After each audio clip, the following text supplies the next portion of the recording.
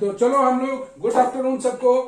हम लोग एक बार फिर शुरू करते हैं आज सरफेस इंटीग्रल मतलब डबल इंटीग्रल का हम लोग आज शुरू करेंगे प्रॉब्लम सेक्शन। जैसा कि थ्योरी में हमने फ्लक्स वगैरह समझाया था, तो तुम लोग 2-3 बार उसको पढ़ोगे तो समझ में आ जाएगा। ये प्रॉब्लम थोड़ा सा बड़ा होता है, लेकिन एक बार अगर हम लोग फिट कर जाए इस पे तो सब कुछ ओके हो जाता है। तो सरफेस इंटीग्रल पर जो पहला सवाल हम लोग बनाएंगे, और याद रखना है लाइन इंटीग्रल कभी नहीं भूलना है। सरफेस इंटीग्रल का जो पहला सवाल हम लोग बनाएंगे वो अच्छा लगेगा तुमको, सब कुछ बढ़िया लगेगा, बस थोड़ा सा लंबा होता है। बस मान के चलना कि ये अगर तैयार तो मेरा वेक्टर इंटीग्रेशन सब कुछ तैयार। तो प्रॉब्लम ऑन सरफेस इंटीग्रल में पहला सवाल आएगा, evaluate double integral over s f dot n d s where f बराबर दिया हुआ है y z i z x j plus x y k and S is the part of the surface of sphere x square plus y square plus z square बराबर 1 which lie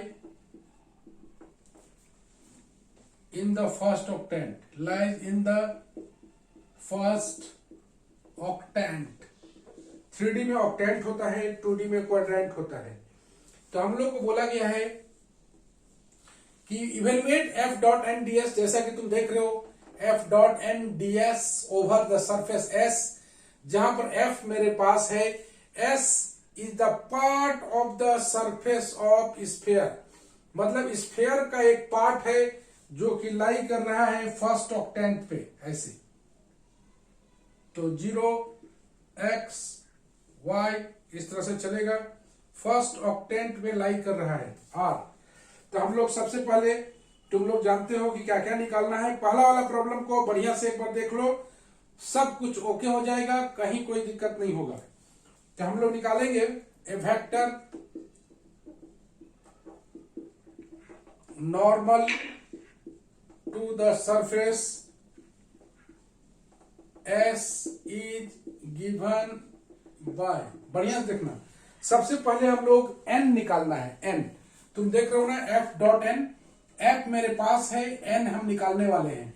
n तुम जानते हो कि इस normal पर, इस surface पर एक नॉर्मल है, तो नॉर्मल मतलब यूनिट वेक्टर निकालना है। तो उस n का जो वैल्यू होता है, सबसे पहले इसको हम लोग बना लेते हैं डेल एफ निकालना, del f of x square plus y square plus z square, इसको निकालना है। तो इसको हम लोग अगर निकालें तो डेल का मतलब तुम जानते हो आई डेल बाई डेल एक्स, जिसको ग्रेडियंट बोला करते थे हम लोग। एक एक करके बढ़िया से देखोगे सब कुछ समझ में आएगा। X square plus y square plus z square, इसको अगर हम लोग अंदर में ले आए इसको, तो आई इंटू 2x हो जाएगा। इसको अगर अंदर ले आए विथ रेस्पेक्ट टू y है तो x ऑफ जेड 0 हो जाएगा, ये 2yj हो जाएगा। उसी तरह से 2zk हो जाएगा। तो मेरे पास डेल इतना निकल चुका है। हम लोग निकालने वाले हैं देयरफॉर n बराबर ए यूनिट नॉर्मल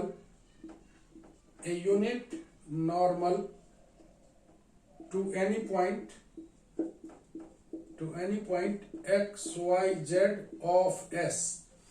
n एक यूनिट नॉर्मल है, ये हो गया नॉर्मल। अब यूनिट नॉर्मल का बात करें तो n बराबर हो जाएगा 2xi 2yj 2zk divided by इसका अंडर वाला, यह आ जाएगा 4x square 4y square 4z square, इसका अंडर रूट। समझ रहे हो, जैसे ए कैप हम लोग निकालते हैं ना, ए वेक्टर बाय इट्स मॉडुलस, तो ए वेक्टर निकला हुआ है, इसका मॉडुलस निकाल के ए कैप निकालेंगे।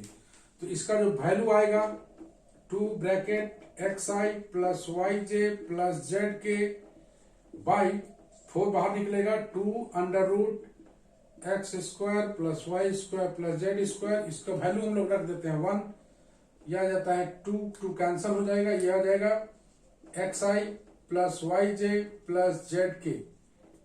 तुम देख रहे हो ये 2, 2 कैंसिल हो गया, इसका वैल्यू 1 पुट कर दिया है। बगल में लिख देंगे कि x square plus y square plus z square बराबर 1। तो मेरे पास n निकल चुका है, n निकल चुका है। अब हम लोग निकालेंगे f dot n d s. तो मेरे को अगर हम लोग बोला जाए कि वी हैव f मेरे पास है जो कि है y z i plus z x j x y k, हम लोग f डॉट एन निकाल लें। f डॉट एन कहने का मतलब y z i plus z x j x y k dot f n निकाल लेते हैं x i plus y j plus z k. अगर इसको हम लोग सॉल्व करेंगे तो एक्स वाई जेड आएगा, इसको सॉल्व करेंगे तो जेड एक्स वाई आएगा, इसको सॉल्व करेंगे एक्स वाई जेड आएगा, मतलब 3xyz। मेरे पास f डॉट एन भी है। अब हम लोग निकालने के लिए चलेंगे बढ़िया वाला चीज। देख लो, ले लो तो कोई क्या ले रहा है? दीपक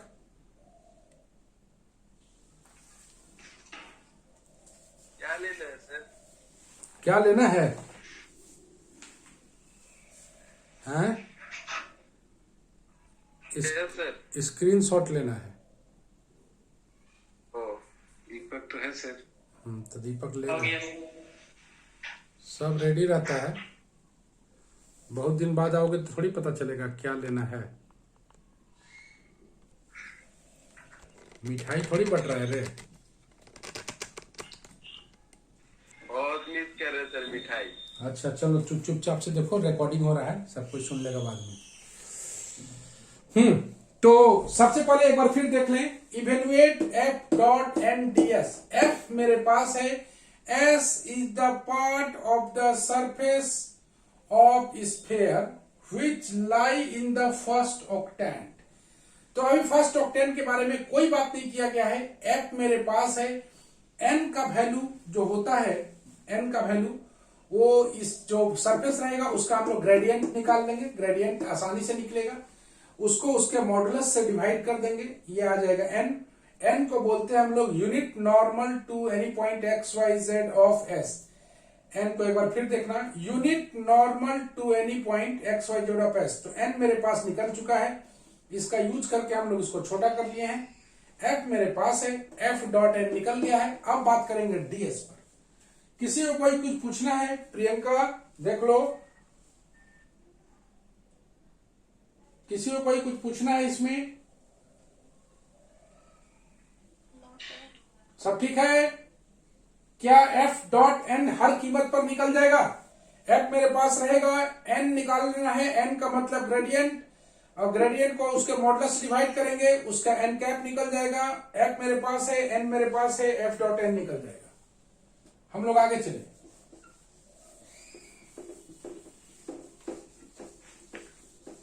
पहला क्वेश्चन है सरफेस इंटीग्रल पर। मान के चलना कि ये एक टफ पोर्शन पढ़ाई हो रहा है, लेकिन टफ है जरूर, लेकिन 1, 2, 3 सवाल अगर बनाते हैं हम लोग तो ये भी टफ नहीं लगेगा।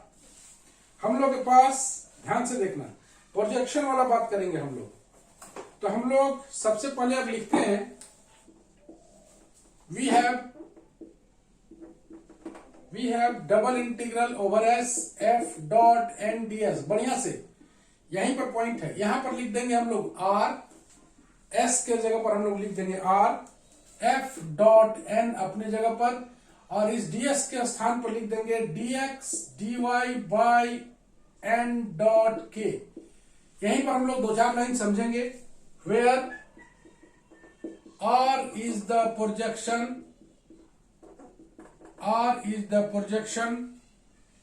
of s on xy plane। जब xy प्लेन ले रहे हो तो dx, अभी बताएंगे कौन कौन सा प्लेन लिया जाता है। The region R is bounded by x-axis, y-axis, and the circle x square plus y square equal to 1 comma z बराबर 0। तुम 3D में पढ़े होगे कि एक सर्कल और एक प्लेन दोनों मिला के एक स्फीयर बनता है। तो एक्स वाई प्लेन पर ले रहे हैं तो जेड बराबर 0 है। तो यहां पर s को हटा के यहां पर r लिखना है। यहां पर एक्स वाई प्लेन पर है इसीलिए dx dy लिखे हैं। कई सवाल ऐसे आएंगे जिसमें फिक्स होगा कि उसी प्लेन पर ले सकते हैं। यहां पर अगर ध्यान से देखना, अगर dx dy नहीं लेते हो, dx dz लेते हो तो एक्स वाई है तो यहाँ n डॉट k है। अगर dy dz लेते हो तो n डॉट j होगा, dz dx लेते हो तो n डॉट j होगा और dy dz लेते हो तो n डॉट i होगा।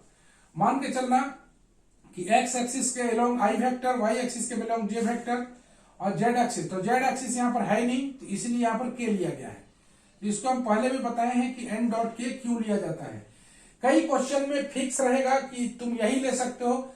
जैसे जैसे क्वेश्चन आगे बढ़ेगा वैसे वैसे तुम्हें पता चलते जाएगा कि कौन सा एक्सिस पर हमें प्रोजेक्शन लेना है। तो s को हटा के r लिखेंगे, ds के स्थान पर ये लिखेंगे, ये पूरा फैक्टर, और बताएंगे कि r is the projection of s on x y plane. Projection of s हम लोग ऐसे करके देखे थे, याद होगा, 0x y z ऐसे, यह x दे दो, x y z ऐसे। यहां पर हम लोग छोटा सा बनाए थे, याद करो ऐसे, और यहां से ऐसे बनाए थे, याद है ना, ऐसे। तो यही r होता था, यही s होता था। ओके, इसी r को बोलते हैं projection of s on x y plane. और यही जो सर्कल है इसी का इक्वेशन होता है x square plus y square बराबर 1, जेड बराबर 0। एक्स वाई प्लेन पर लिया है इसलिए एक्स वाई प्लेन दिख रहा है। ओके, जैसे जैसे हम लोग आगे बढ़ेंगे प्रोजेक्शन क्लियर होता जाएगा, नो प्रॉब्लम। तो लिख दिया। अब मेरे पास f डॉट n है, f डॉट n हम लोग निकाल चुके हैं जो कि आया है 3xyz। अब निकाल लेते हैं इसके लिए n डॉट k का वैल्यू। तो n डॉट k, n मेरे पास है, n मेरे पास कितना है, xi plus yj plus zk dot k। तो इसको सॉल्व करो तो आएगा z। तो finally mod of n dot k बराबर आ गया z। अब मेरे को n डॉट k भी निकल गया है। अब to the surface s f dot n ds, यहां हम लोग r लगा दें, r f डॉट n का वैल्यू 3xyz, ds का वैल्यू, तो ds का वैल्यू हम लोग निकाल चुके हैं, कितना होगा, dx dy by n dot k का वैल्यू z, z कट जाएगा। यहां पर आ गया है r 3xy dx dy। चलो अब r का वैल्यू बैठाएंगे। r का वैल्यू डबल इंटीग्रल में बैठाने के लिए बहुत सारा उपाय है। अब तुम कौन सा उपाय करना चाहते हो डिपेंड करता है यू। मेरे पास एक सर्कल है तो तुम सर्कल के बारे में जानते हो। इसको अगर हम लोग पोलर कोऑर्डिनेट में डिफाइन करें तो पोलर कोऑर्डिनेट में भी डिफाइन कर सकते हैं और कार्टेशियन में भी कर सकते हैं। हम दोनों तरीका से तुमको बता रहे हैं। पहले हम लोग पोलर से करते हैं। तो एक सर्कल का जब लेते हैं हम लोग पोलर कोऑर्डिनेट तो थीटा बराबर लेते हैं 0 से π/2 और रेडियस यहां पर कितना है 1। तो r का वैल्यू हो जाएगा 0 से लेके 1। गौर से देखो, जब एक सर्कल का बात करेंगे तो रेडियस यहां पर 1 है तो r बराबर 0 से लेके 1। क्योंकि यहां पर फर्स्ट ऑक्टेंट में बना रहे हैं इसलिए थीटा बराबर 0 से लेके π/2। यहां पर लिखा हुआ था क्वेश्चन में फर्स्ट ऑक्टेंट, तो फर्स्ट ऑक्टेंट में ऑलवेज थीटा का वैल्यू 0 से लेके π/2 होता है। r का वैल्यू 0 से लेके 1 तक दिखाई दे रहा है। अब वो x के जगह पर पुट कर दोगे r cos थीटा, y के जगह पर पुट कर दोगे r sin थीटा और dx dy के स्थान पर r d थीटा dr। यहां पर गौर से देखना, x बराबर लिए हम लोग r cos थीटा, y बराबर लिए हैं r sin थीटा और dx के स्थान पर हम लोग लिए हैं dx dy के स्थान पर हम लोग लिए हैं r d थीटा dr। ये वाला चीज एडवांस इंटीग्रल में थोड़ा देर बाद जस्ट अगला चैप्टर में तुम्हें आएगा कि इसको कैसे लिखा जाता है, इसका एलिमेंट पोलर के रूप में। ये एलिमेंट है, ये हम लोग एडवांस इंटीग्रल में जस्ट अगले चैप्टर में पढ़ेंगे, ट्रांसफॉर्मेशन ऑफ वेरिएबल में, कि कैसे dx dy की जगह r d थीटा dr लिखा जाता है। ये हम लोग पोलर में चेंज किए हैं। हम लोग अगर चाहें तो इसी सवाल को हम यहां से शुरू करेंगे, अगले पेज में वो कार्टेशियन से शुरू करेंगे। तो कार्टेशियन और पोलर दोनों से मिला के तुमको दिखा रहे हैं। एक बार फिर देखो, r जैसे s जैसे हटेगा r के रूप में आएगा, तो r के रूप में ds का वैल्यू ये आ जाएगा। दूसरा, जब फर्स्ट ऑक्टांट में लेते हैं तो थीटा बराबर 0 to π/2 और r बराबर 0 से लेके रेडियस जितना रहेगा। अगर यहाँ a स्क्वायर होता तो यहाँ a लिखते, चूंकि 1 है तो 1 लिख रहे हैं। 3 अपने जगह पर x y dx dy, ये हो गया x, ये हो गया y, ये हो गया dx dy। तो सबका वैल्यू पुट करेंगे। अब इसे लिमिट को सॉल्व करेंगे, मेरा काम हो जाएगा, ये लाइन सरफेस इंटीग्रल निकल जाएगा। दीपक ले लो तो थोड़ा।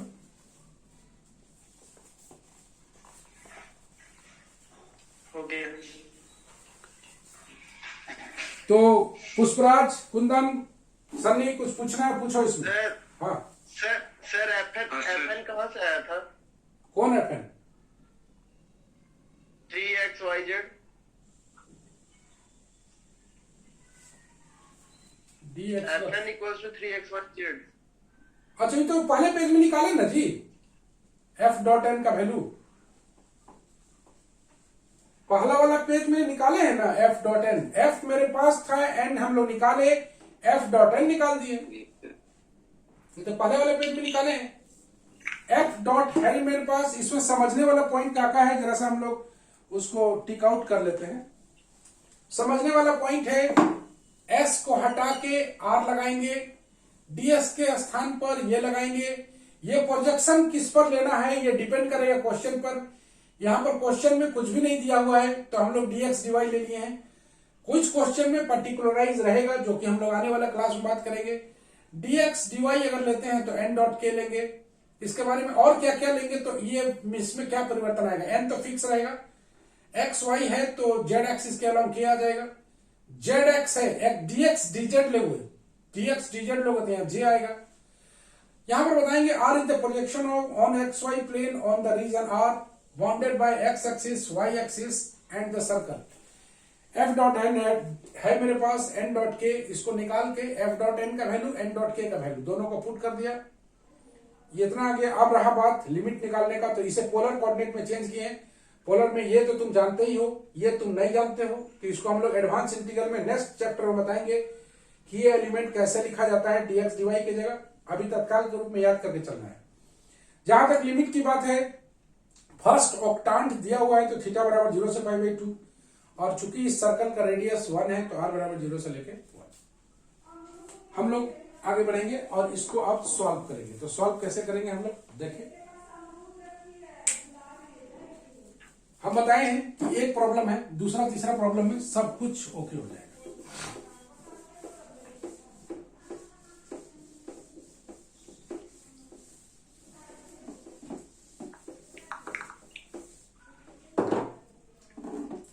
पेज नंबर 3, मेरे पास थीटा बराबर 0 से लेकर π/2 है, r बराबर 0 से लेकर 1 है। यहां पर आया हुआ है, क्या आया हुआ है भाई, यहां पर आया हुआ है r cos theta bracket r sin theta bracket into r d theta dr, r d theta dr।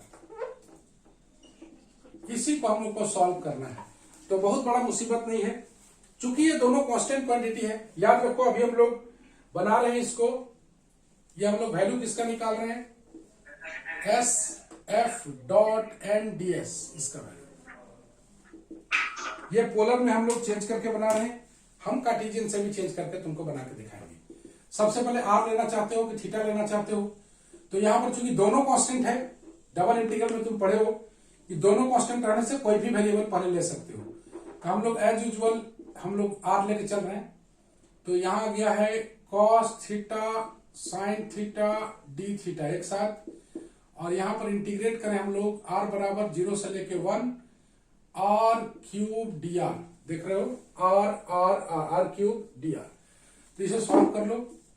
Theta बराबर 0 से लेके π/2 cos theta sine theta D theta, ये आ जाएगा 1/4 आर का पावर 4 0 से लेके 1।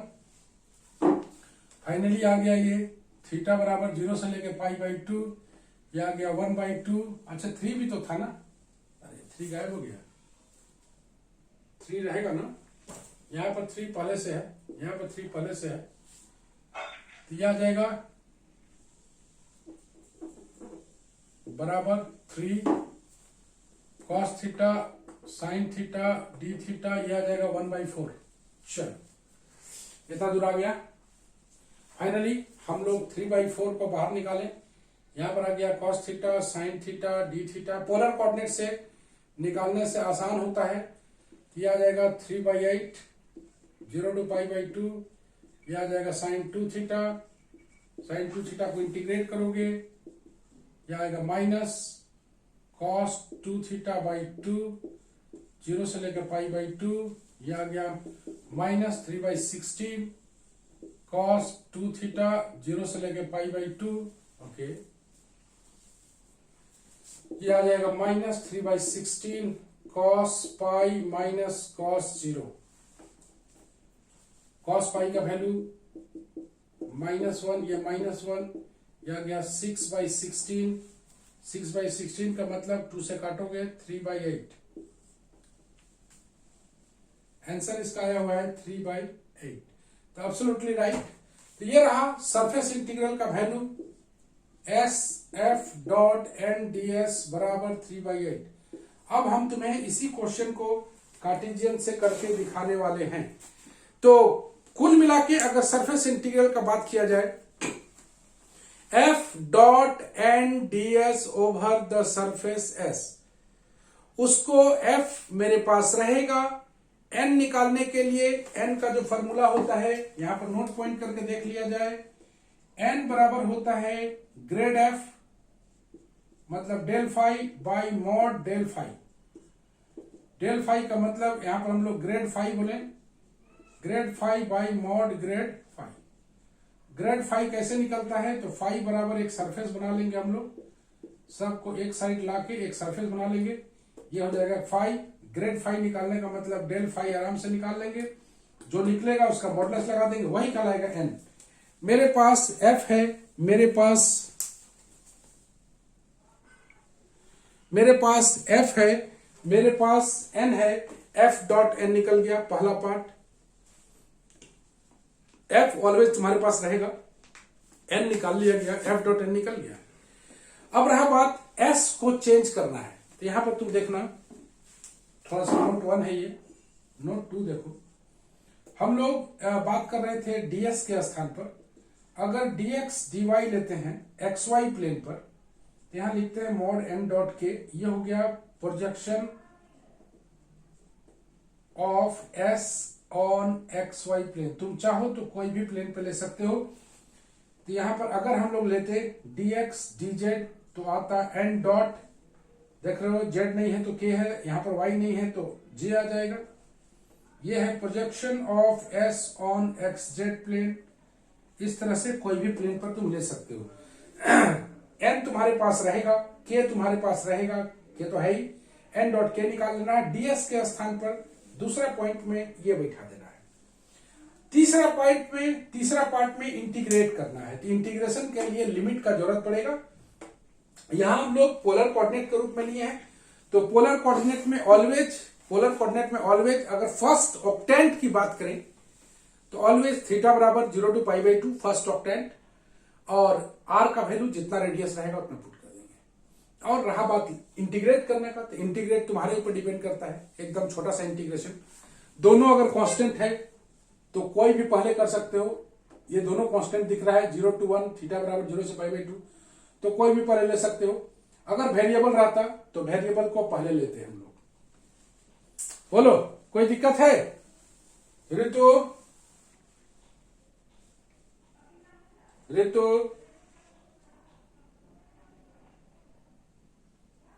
ऋतु गायब है। किरण, यस सर। कोई दिक्कत है तो पूछो, इसमें पूछ सकती हो। No sir.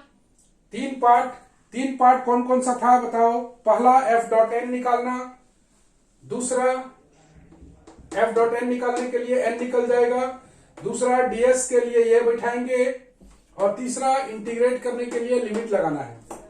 तो इस तरह से तीनों पार्ट अगर तुम रेडी रखते हो तो सरफेस इंटीग्रल को निकालना आसान हो जाएगा। कुंदन सिंह ले लो तो जरा। कौन ले रहा था? दीपक।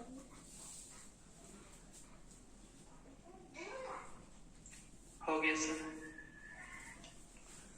तो ये बेहतरीन चैप्टर सरफेस इंटीग्रल का 3 पार्ट, हम लोग एक सवाल को अभी इसी को एक्सपेरिमेंट करेंगे। सर हाँ हाँ सर हाँ सर, इससे पहले जब हम लोग पोलर में कन्वर्ट किए ना सर, हाँ। x equal to r cos theta और y equal to r sin theta, हाँ।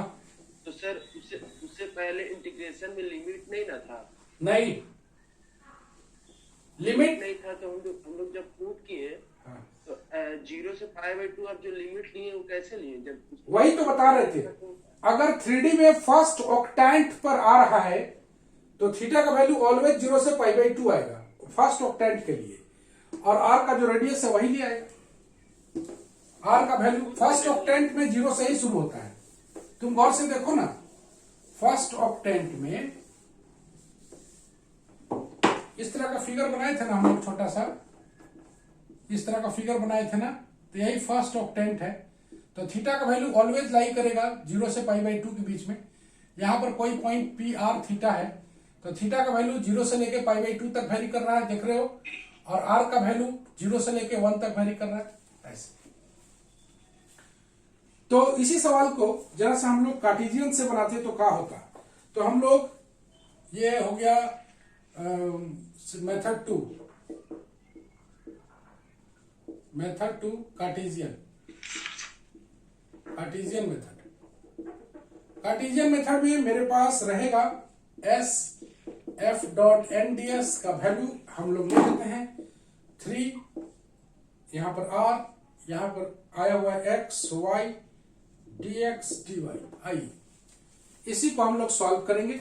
यहीं पर हम लोग पुट किए थे एक्स वाई के स्थान पर r cos theta, r sine theta, और डी एक्स डी वाई के जगह पर r d theta d r put किए थे। इसको हम लोग कार्टेशियन से बनाना चाहते हैं।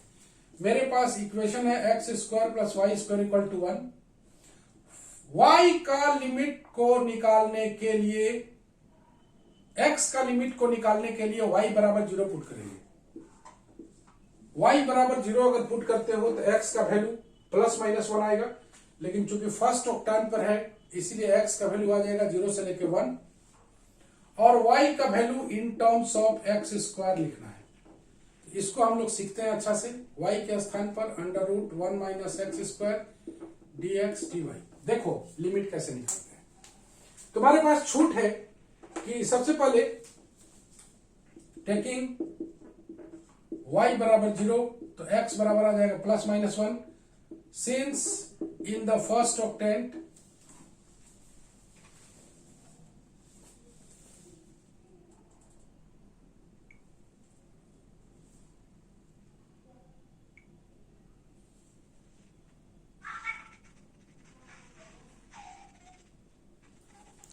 since in the first octant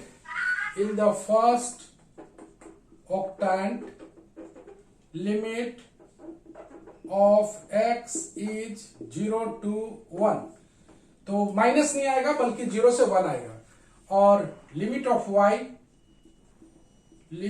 y बराबर plus minus √1 minus x square. y को x के रूप में रखना है, तो यहां पर since in the first octant the limit of y is 0 to √1 minus x square। तुम पलट भी सकता था, यहां पर x बराबर 0 लेके y के वैल्यू निकाल सकता था और x को y के रूप में रख सकता था, तो उलट भी सकता था, ऐसे भी कर सकते हो।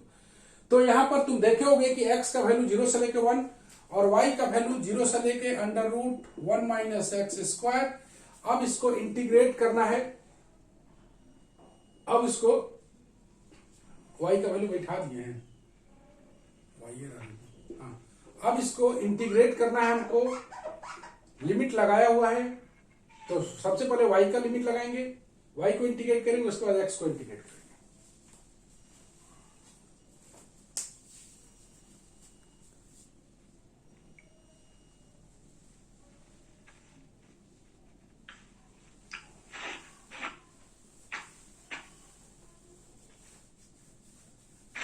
ओके, बोलो क्या सीखा इसमें दीपक, क्या सीखा इसमें, बोलो सभी कोई।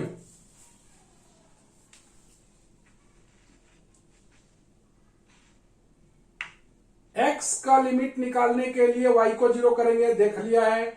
For the limit of x, for the limit of x निकालने के लिए टेकिंग y बराबर 0 और लिमिट ऑफ x तो फाइनली आ गया लिमिट ऑफ x बराबर 0 से लेकर 1, चूंकि फर्स्ट पार्ट ऑक्टेंट में है, नहीं तो वैल्यू हो जाता -1 से लेकर 1।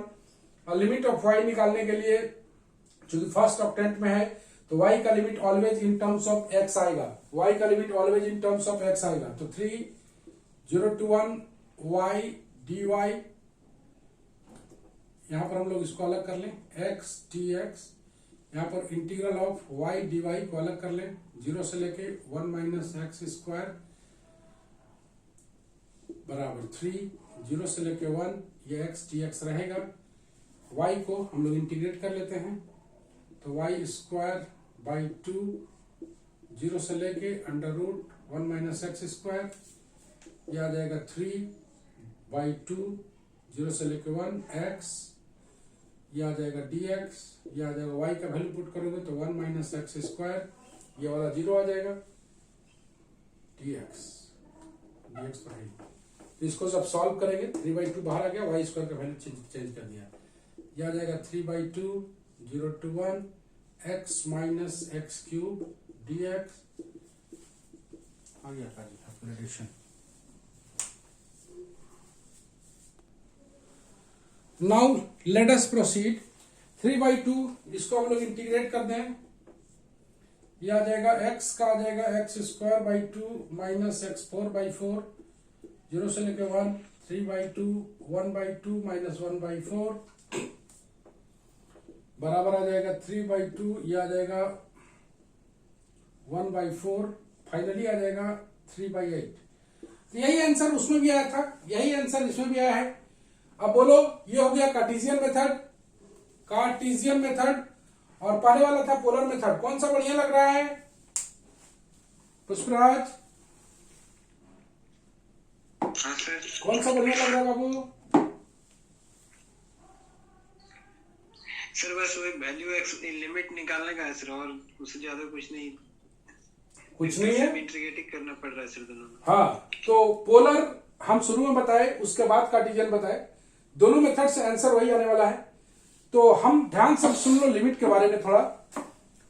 कभी भी x और y प्लेन पर लें, x का लिमिट निकालने के लिए y को 0 करना जरूरी होता है।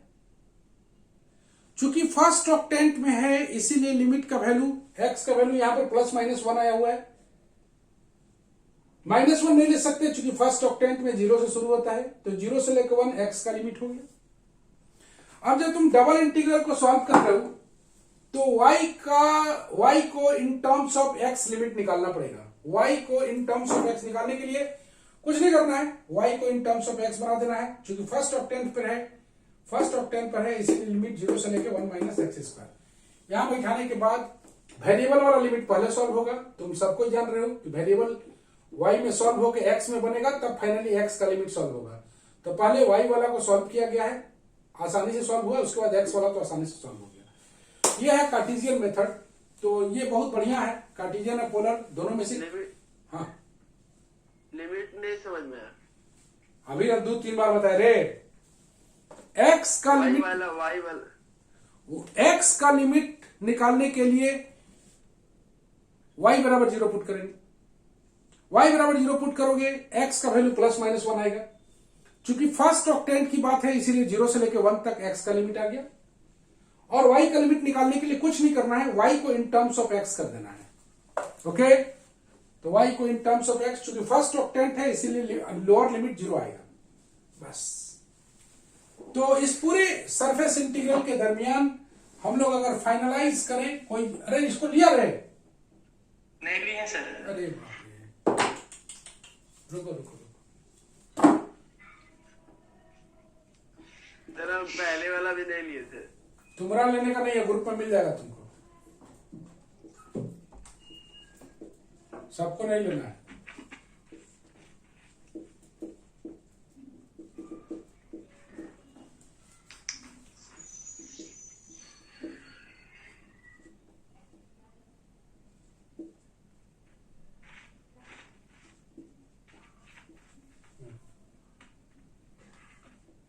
dx dy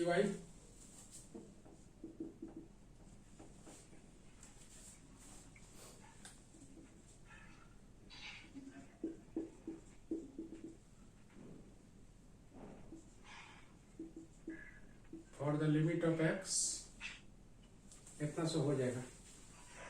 for the limit of x और कुछ लिखे थे नहीं, कार्टेशियन मेथड 2। चलो ले लो तो।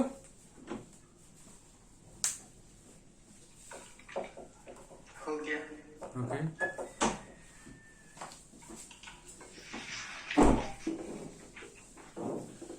ये सरफेस इंटीग्रल शुरुआत दौर में भले अभी लग रहा होगा थोड़ा सा बड़ा, लेकिन इसका इतना ज्यादा यूज होगा कि यूज करते करते ये बहुत ज्यादा आसान हो जाएगा।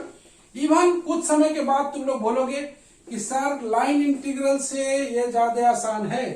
तो 3 इंपॉर्टेंट बात इसका समरी में हम लोग लिख देते हैं।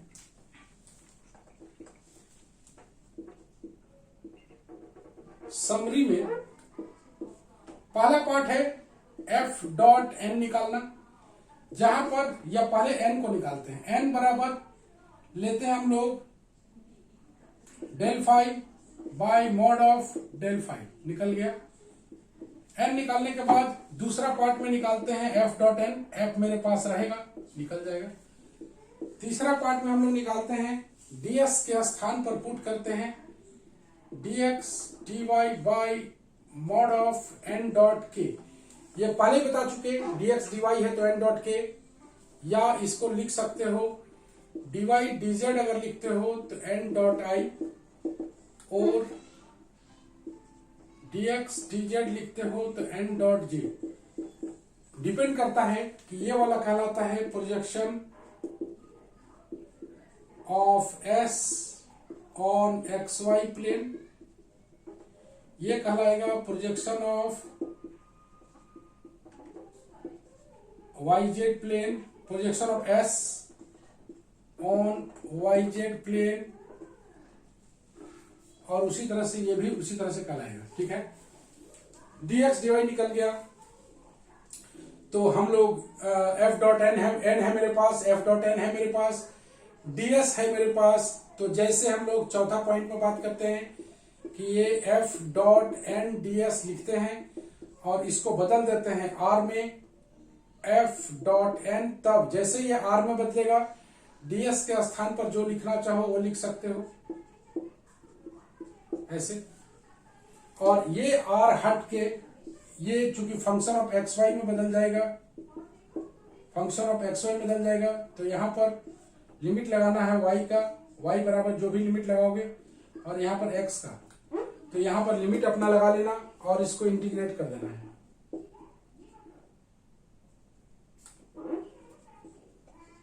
अगर तुम चाहो तो we can here we also convert it into polar coordinate.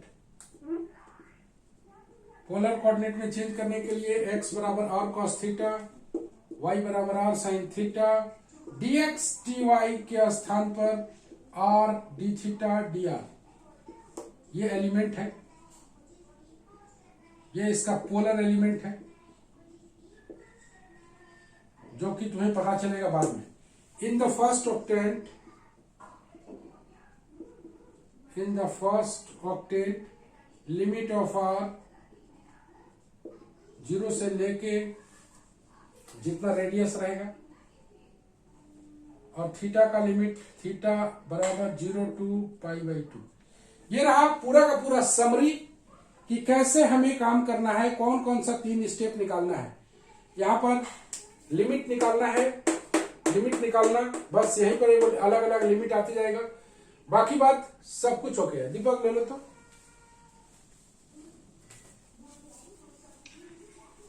हो गया। तो आज का क्लास में किसी को कोई डाउट है तो आप लोग पूछ लीजिए। चलो ओपन है, क्वेश्चन पूछ सकते हो तुम।